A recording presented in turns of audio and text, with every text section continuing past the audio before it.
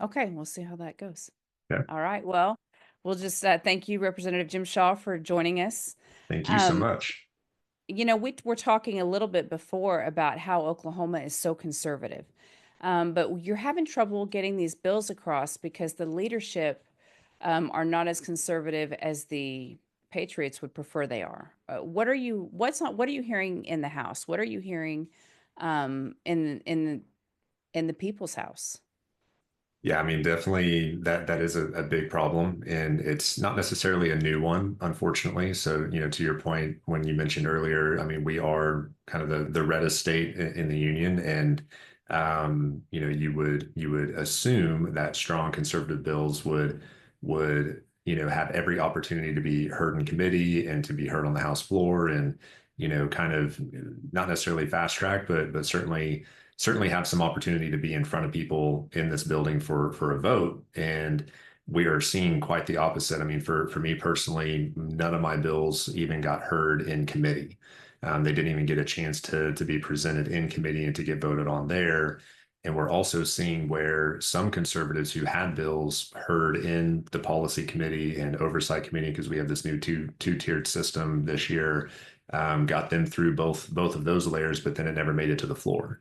And so, I've talked about this before where there's really kind of two potential reasons I think that some of these bills are not seeing the light of day, or they're not getting the full respect that they deserve. And number one could be, is there a frustration or contention, or is there retribution that's being applied to some of these conservative legislators, and maybe how they've pushed policy in the past, or if they've beaten out incumbents like I did. I mean, there's that argument, but I think the more frightening thing and concerning thing for the state of Oklahoma is that these conservative policies run counter to the establishment or leadership or whoever's in control of these committees and the floor agenda. It's really the conservative nature of these policies that they disagree with, and that absolutely is a big issue.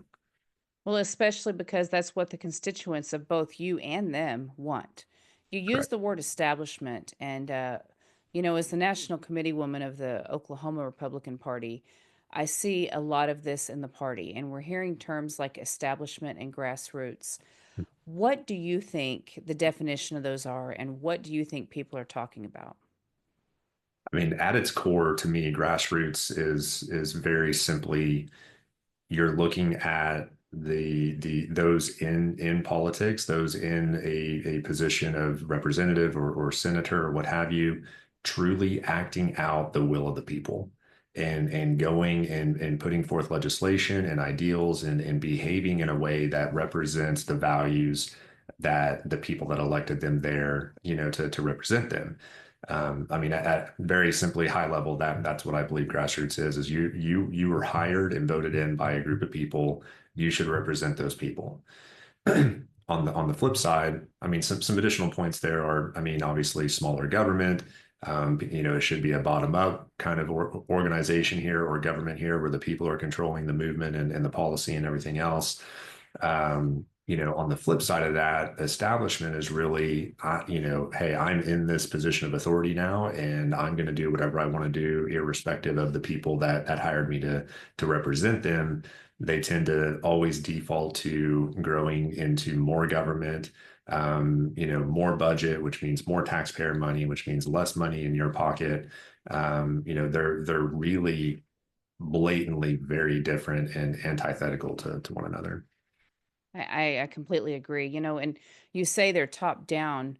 The establishment tend to have a top down thinking. We're seeing the same thing in the party, and I would also say that the establishment are more likely to ignore rules and Mhm. think they're above the rules, and a lot of their tactics seem to be similar to the Democrats. There's a lot of name calling, a lot of it's dishonest, and a lot of crying when you don't get your way.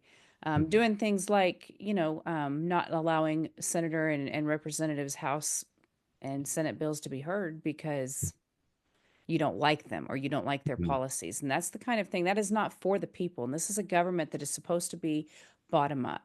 And so I Mhm. appreciate the stands you take in everything you do. Thank you very much. I really appreciate that.